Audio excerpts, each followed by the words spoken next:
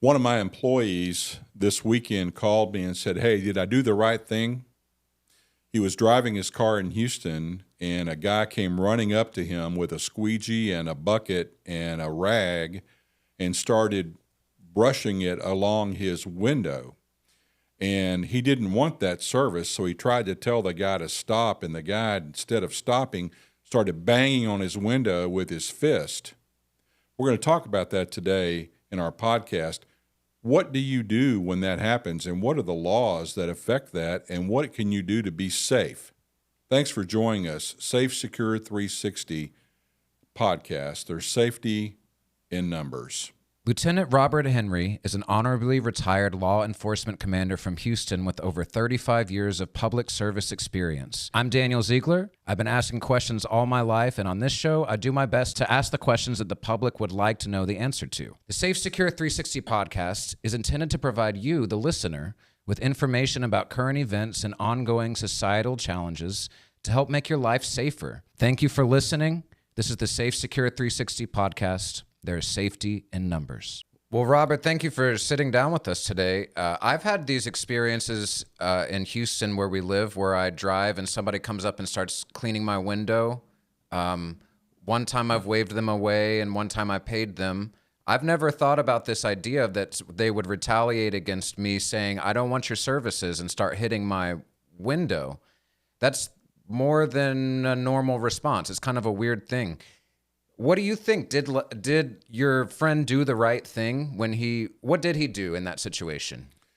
My friend was parked at a red light at an intersection, and the guy came up and started banging on that and escalating with what he was doing, and it really made my friend nervous and scared. And so my friend rolled the window down and said, "Hey, look, I don't want that service. I want you to stop doing this. I'm trying to just drive." And all of a sudden, here you are. You appear out of nowhere, and the next thing you know, you're at my window, washing my window, which didn't need to be washed, he said. And then he took his fist and the end of the squeegee and started banging on the glass. So, if you can, and that happens to you, number one, it's against the law to do this. Let's talk about that for a moment. There's two sets of laws in Texas that talk about these behaviors that's going on. One of them is from the Texas Transportation Code, and it's called solicitation by pedestrians. And it says in the code, and we'll put it up so people can see it, it says that if you, as a pedestrian, enter an active roadway, you cannot stand or be in that roadway if you are soliciting or asking for a ride, if you're asking for employment, if you're asking for some type of contribution, it's against the law. It's against the Texas statute to do that, because a lot of things are happening. Number one, you're slowing down or inhibiting the intended flow of the traffic. And the second thing you're doing is you could be endangering yourself by being hit by a car in a different lane or someone that didn't predict that you may be there. And thirdly, you may have that driver take evasive action that he wasn't or she wasn't prepared to take. And now the next thing you know, they've driven into a car. So that's the way that the statute works from the state side. You cannot solicit in a roadway. Now, the statute goes on to say that unless there are certain approvals by the local jurisdiction, so that's the state law that governs all of the roads in Texas. A municipality or a county or a city can also have an ordinance that the state law allows them to permit or approve the solicitation in a roadway. Here's an example of that. If you've seen the fire department out with like the boots, and they are soliciting in the roadway. They're asking you not for employment and not to solicit a ride, but they're asking you for a contribution. And when they do so, the right way to do it would have been apply for an exemption to this law and have it granted by the local municipality. Say you're in the city of Magnolia or a city of Conroe. then that city can grant you that temporary exemption from this law. However, all of the same warnings that I talk about exist, because still people aren't used to seeing people in the road, and when this happens, it can be very dangerous for people when they're trying to drive. The other way that the law talks about these people that are in the roadway coming at you is a state penal code violation. It's a Class C misdemeanor on its entry level, and it's called obstructing a highway or a passageway. And we'll put this up on for you to read also. And that says that if you, without authority, you intentionally obstruct a highway, a street, an aisle, a hallway, an entrance, or an exit to a public area or where the public has a right to, you're breaking the law. You cannot obstruct. You can't stop it. You can't stop passage of vehicles or persons. You can't do it. And if you do it, it's against the law. And that's what happens. Well, thank you all for watching and listening. If you haven't already, go ahead and subscribe to our channel and click the like button on this episode. This will keep you up to date with what we're up to, and it will help our channel grow and reach new people. Like we always say, there is safety in numbers. Well, that's interesting that it already is illegal. I didn't quite realize it was illegal to solicit in the roadway, which cleaning a windshield and soliciting business is a misdemeanor. But then also it is dangerous because there's obstructing highway. And in this case, when your friend drove away, what if he had gotten in an accident right there? Would he be liable for that? It starts to get complicated about like who's responsible for that accident. He's trying to evade some other thing that's happening to him, and then all of a sudden he's causing an accident to somebody else. So it just ripples from there. Yeah, it's my opinion that any evasive action that he took or any action that he takes as the operator of a motor vehicle on a public roadway, he is responsible for that action. So if he did take evasive action to get away from this guy, and cause an accident by failing to control speed or by other methods, then he would be, in my opinion, liable. So that's what he did. He tried to get away, and he did get away. He drove across the street to a parking lot where he could observe this guy. He said luckily he was able to do it because he had to turn right on a red with two other cars next to him. So it was very a potentially dangerous maneuver, but he did so. He got over in that parking lot and watched the guy. The guy kept doing it over and over to other cars. He called 911, and he said, hey, this encounter just happened, and I'm watching this guy. He's still there, and he's still doing this, and it's very dangerous for other people. Not for me anymore, but for other people. I want the police to come out and intervene in this. So he waited for a while, and no police ever showed up, which could commonly happen. And then he just left. So let's talk about the criminal part of this. We talked about the being in the roadway and soliciting in the roadway and obstructing a roadway. What else? What else if they did something to your vehicle or damaged it in some way? That is another offense, and it can be a higher offense than a Class C misdemeanor, depending on the value of the damage that occurs. So the law says in the penal code under criminal mischief that if you, a person, without the effective consent of the owner, damages or destroys tangible property of the owner, or if he tampers with is very important, the tangible property of the owner, and causes pecuniary loss or financial loss or substantial inconvenience to the owner or a third person.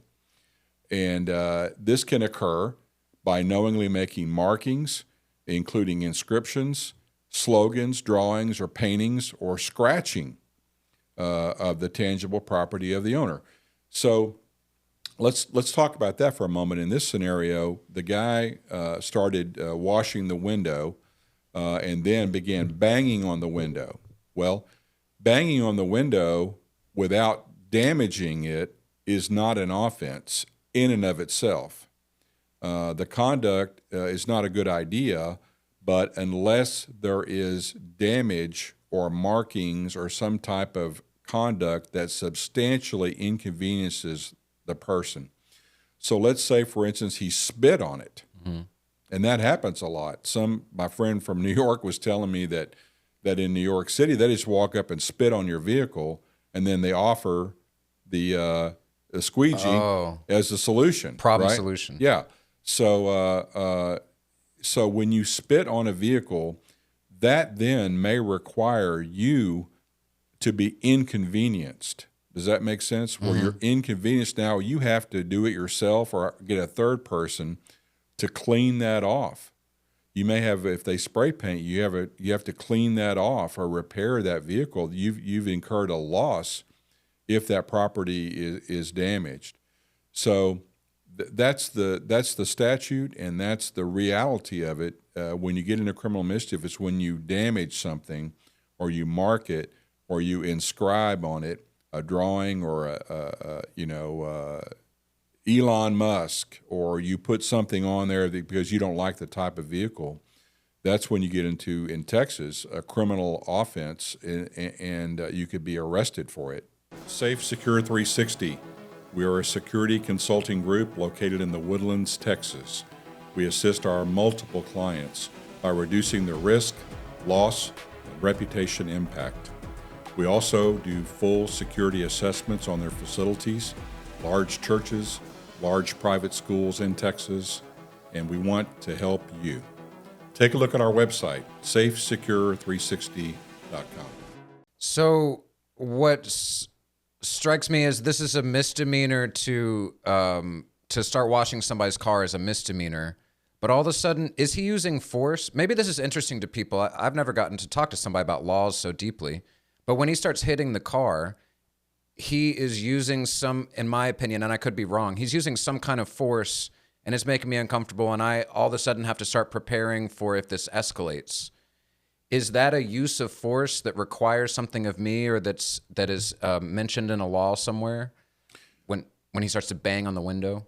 When a person is physically banging on a window, and not you, but a window, an object, and what I think the question really is, what remedies do you have to protect yourself or to protect a third person if a person is using force against you? And the Penal Code defines force as very limited things, very light. It doesn't have to be very strong or very heavy. You could push someone, you could bump into someone. That's force. Then it escalates from there up to and including deadly force, which is a whole nother realm. So let's talk about that for a moment. So if a person's using force on my vehicle, banging on it with a instrument or with his fist, what are my legal abilities at that point? The law says that you can, if a person is using force, you may also use force to stop the other person's use of force against you. That's a self-defense concept. You may also use force in certain circumstances to stop another's use of force against a third person. Maybe your child's in the car and the window's down, and this guy all of a sudden begins assaulting your child. So there are provisions in the Penal Code that allow you to protect yourself and a third person from this. However, in my friend's situation, he did the right thing. He just drove away. Could he have stopped the car? Could he have got out of the car? Could he have physically engaged this guy to make him stop doing this to his vehicle? Yes, within reason, within a reasonable response to stop it. Now, let's say, for instance, you're in the vehicle and you're at a stoplight. This happens to you, and you're a licensed to carry permittee for a handgun. Can you use a handgun to stop this person's use of force against you or your vehicle? Wouldn't that be an escalation of force? You would be deciding to escalate at that point? Well, of course, you're going to decide one way or the other what you're going to do anyway, right? You're either going to stay there, you're going to leave, or you're going to object to it, or you're going to engage somehow. So my point is that it's unlawful for you to use deadly force or threaten the use of deadly force against someone who is simply using force. So the best thing to do at that point is to leave the situation if you can, and if you can safely leave. You certainly can't shoot this guy. That's just not legal, and that's a bad decision on your part. And you should have learned these things in your license to carry if you've taken that class, or if you're a handgun owner or you carry a handgun, you should certainly familiarize yourself with what the laws are in Texas about the use of deadly force, because they're very important to know. So I think that in this case and others, if you have the ability to drive away and to leave this scene and report this to 911, that's probably the best thing to do. So I told my employee, I said, you did the right thing. Congratulations, because you were able to safely avoid this and leave, and there wasn't really any damage to your car. You weren't injured, but who knows with the next car and the next car, because you see these encounters happen all over the place, typically on very, very crowded streets, because the traffic is slow and measured by the traffic control device. So a red light will stop that traffic, offering an opportunity for this solicitor in the roadway, who is also obstructing the roadway against the law, to come and potentially do criminal mischief to your vehicle, or worse, in some way use force or deadly force, maybe, against you. So the bottom line on this is a bad way to make a living. If you're an entrepreneur, I don't suggest doing this. I think that there's other ways to do it, but some people do this, and it's pretty common. So the main thing is, can you get away from it safely?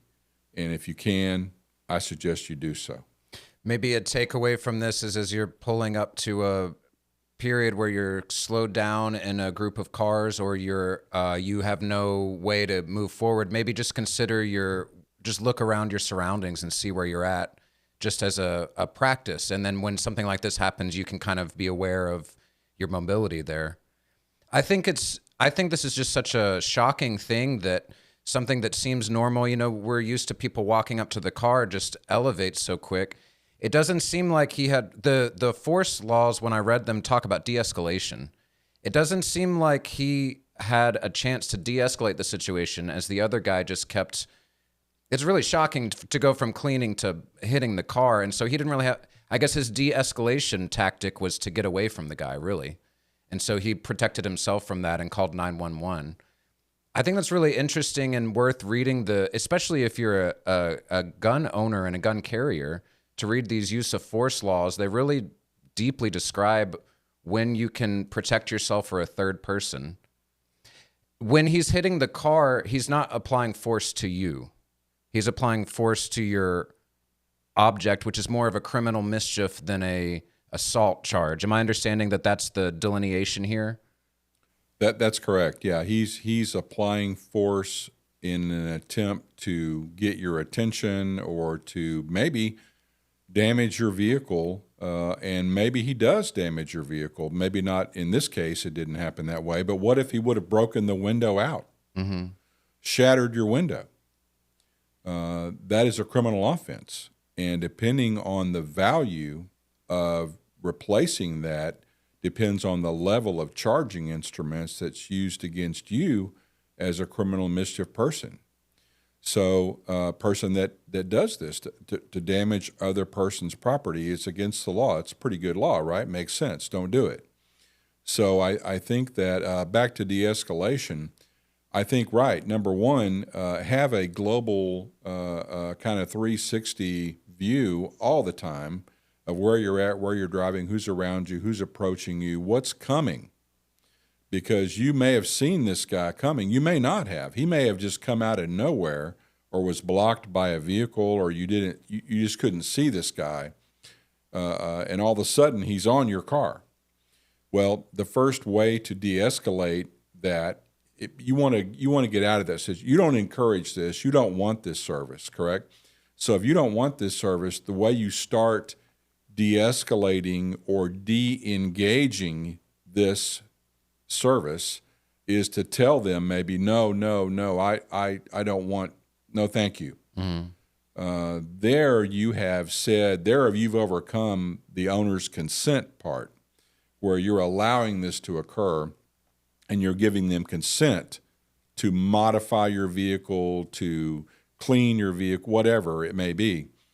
So the de-escalation part hasn't really started yet, but the deconnection part starts with, I don't want your service, thank you, I don't want your service.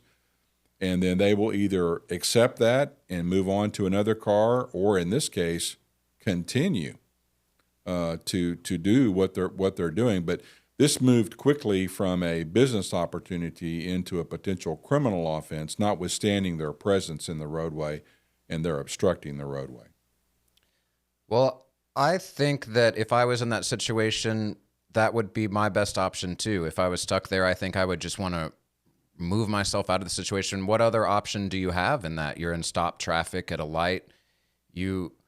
This is interesting too. He technically broke a law by going around people, but I don't think if a person saw that, they would criminalize him for, punish him for breaking that law because it was at his safety. Maybe I'm getting too deep into the law, but I think it's interesting that we talk about you have such an understanding of the depth of how these laws work in the criminal justice system. So I think it's interesting to talk about ideas about these laws. What else can we learn from this? I guess another takeaway would be that unexpected things can happen wherever you are. He wasn't expecting to come across this guy. He wasn't thinking something weird is going to happen now. He just pulled up to a stoplight. And so staying aware of your surroundings, like you were saying earlier, is a really good idea. How else can we deal with unexpected stimuli that come up like that? How do we self-regulate in times like that? In vehicle matters, we did a podcast, and you can look it up on our website, SAFESECURE360.com, and it's on road rage. And in the podcast on road rage, we talk about these types of unexpected events that can occur, and we talk about unpredictable behavior that may be exhibited by people that you don't know. And all of a sudden, here they are, and here we go. And some of those have fatal consequences to them. So I think that looking at that podcast on road rage may be a really good one to do. But I think the lesson learned certainly is to enhance your awareness about what's happening around you.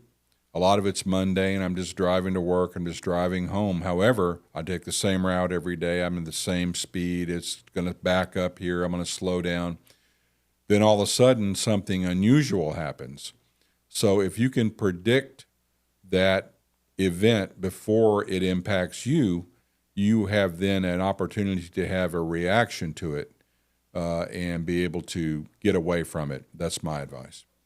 Well, that's really good advice. And as I continue to talk to you each week, I just learn more about being aware of things is a really great way of giving yourself some calmness to make good decisions.